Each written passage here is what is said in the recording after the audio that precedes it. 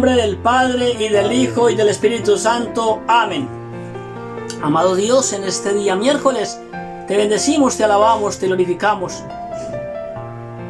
Invocamos la presencia de tu Espíritu Santo, que ilumine nuestra existencia, para poder escuchar tu palabra, ponerla en práctica en nuestra vida y hacer solamente lo que a ti te agrada. Espíritu Santo, ilumínanos, santifícanos.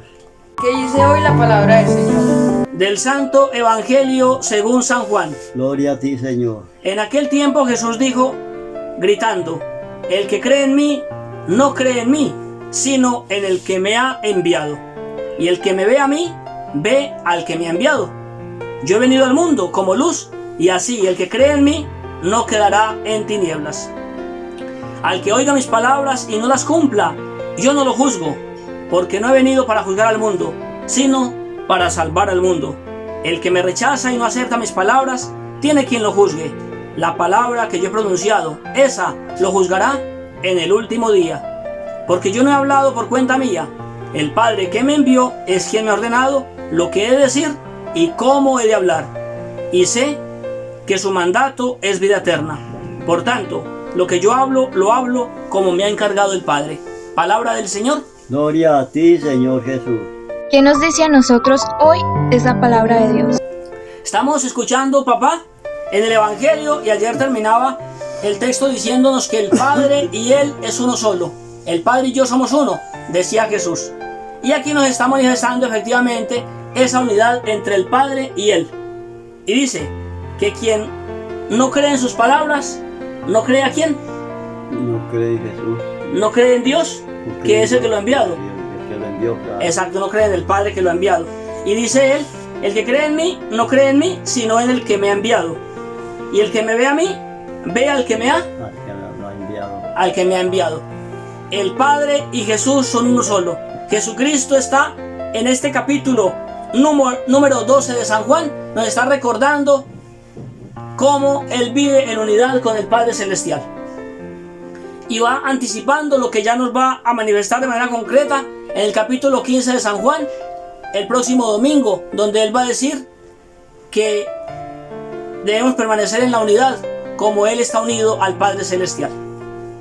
Papá, Jesús nos dice que las palabras que Él nos enseña son las palabras de Dios. ¿Por qué es bueno creer en Dios? ¿Usted qué nos dice desde su sabiduría, desde el amor que le tiene a Dios? ¿Qué le recomienda a la gente? ¿Por qué de creer en Dios? Porque es el único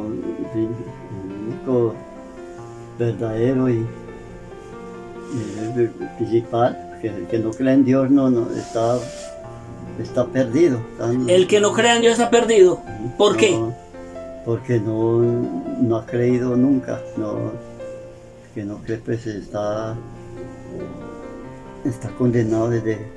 Está condenado, Jesús lo dice así. El que no cree en el Hijo de Dios ya está condenado. Y Él dice que Él no ha venido a juzgar, sino a salvar. A salvar. Jesucristo vino a salvarnos. Y Él dice que Él no condena a nadie. Él nos dice que la palabra de Él, que Él ha pronunciado, es la que se encarga de hacer el juicio. No es Él el que condena. Jesucristo lo que hace es salvar a la humanidad. Vino a salvarnos. Pero que esa palabra que Él ya ha dicho se encargará de hacer el juicio, de salvar a aquel que ha creído en Él y de condenar a aquel que no ha querido creer en Él. Jesucristo es el Señor de la vida y nos invita a creer en Él en este día, a tener fe en Él. Tener fe en Dios es confiar en Él. Claro. Es creer que todo lo que nos ha dicho es verdad, que sus palabras son espíritu y vida, como lo dice también a través de este Evangelio de San Juan. Y Él dice: yo no he hablado por cuenta mía, el Padre que me envió es quien me ha ordenado lo que he de decir y cómo he de hablar. Jesucristo tiene claro que Él viene del Padre Celestial y que le obedece al Padre, y que las palabras que Él pronuncia son las palabras de el mismo Dios.